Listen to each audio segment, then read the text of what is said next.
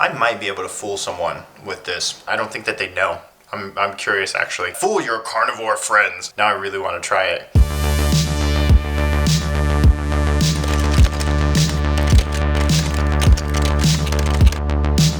It's a brave new world out there. We're milking pretty much everything these days. Pasta has decided to change color, and the very definition of wealth has been redefined. Yes, sir. Which brings us to meat. This is meat. This will be meat. And yeah, this is meat too. But how delicious can we make it? To start with, I'm using two different meat substitutes, Light Life and Beyond Meat. No, I'm not sponsored by either. These were on sale, and you know how I feel about sales. Let's start with what's in them. Pea protein seems to be the star of the show, though there are some interesting things like cherry powder and the ever-present natural flavors, whatever those are. Here's what I'm using for flavor. Notice the flaxseed. That's my bonding agent since I'm giving chickens a break. Roasted garlic will take you about 40 minutes unless you've been listening to me and have a whole bag of it waiting for you in the freezer. I'll link the basics video that I did about that. Since I have garlic already, hint hint, I'll start with the onions. I'm dicing them because no one likes choking on a chunk of onion. Nope. No one.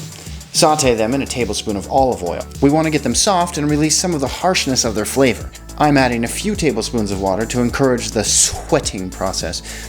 While those are working, let's get to work on some basil. Always roll up your leafy herbs before you mince them. It makes you feel cool and it maximizes each cut of the knife. I'll start with the Light Life meat first. Just layer in your ingredients and give it an interestingly icky mix with your fingers. I didn't forget the flaxseed, what are you talking about? Make whatever sized meatball you fancy, just try to keep them uniform. Done. Next, the Beyond Meat. Same story, just layer in your ingredients and give it the old smisharoo. Interestingly, the Beyond Meat was way more fatty than the Light Life. Thought you should know. Again, same story, get your roll on and aim for consistency. Side by side, you can really tell the difference. One of them looks like ground turkey more than beef. I'm adding another tablespoon of olive oil to the pan I cooked the onions in. That's all good flavor, and I'm not going to let it go to waste. These cooked in about 7 minutes, though the Beyond Meat took a little bit more time. Here's the Light Life, and here's the Beyond Meat. The texture of the two is significantly different, but more on that later. I'm not eating these things naked. I need some pasta and a faux marinara. Yes, I do realize that real marinara doesn't have onions in it.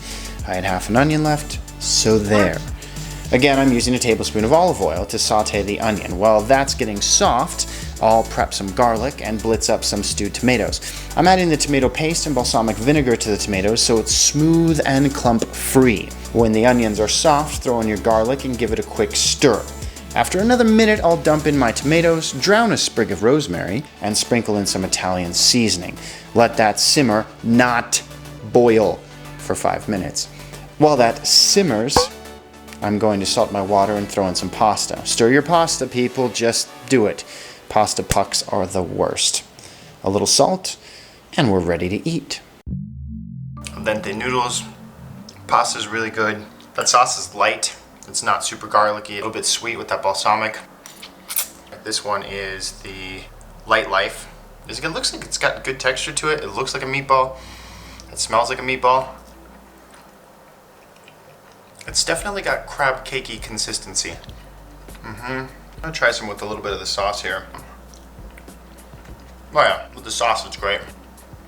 My mouth wants more chew. There's a little bit of an aftertaste, kind of a sweet aftertaste to that. But overall, solid little meatball. So now we'll go Beyond Meat. This one's a lot more, it fights you. I might be able to fool someone with this. It's a little weird aftertaste, the fake grilled taste to it. But the texture on the Beyond Meat is much more, it pushes back against your teeth in the way that I would think meat should. With the sauce, with everything in here, it's delicious.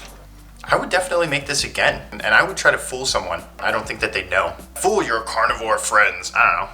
Get behind it, YouTube. It's good, then you're not killing animals, and that's really important. This is yummy. It's super easy. I don't feel like I'm sacrificing anything. Now I have to go rub steak all over my tongue just to get the tofu out of my mouth. No, it's delicious. It's really, really good. Super satisfying meal. Thank you, meat substitutes, for doing what you do. And I like this. I'm very encouraged by both of these. I'm not sponsored by any of them, but this is just me curious, wanting to do good things. That I might try a little meatloaf next, so subscribe for that. Just subscribe.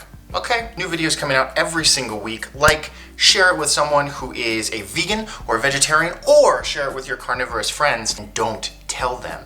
And then just be like, yeah, I don't know, it's so delicious. We're eating all this delicious food.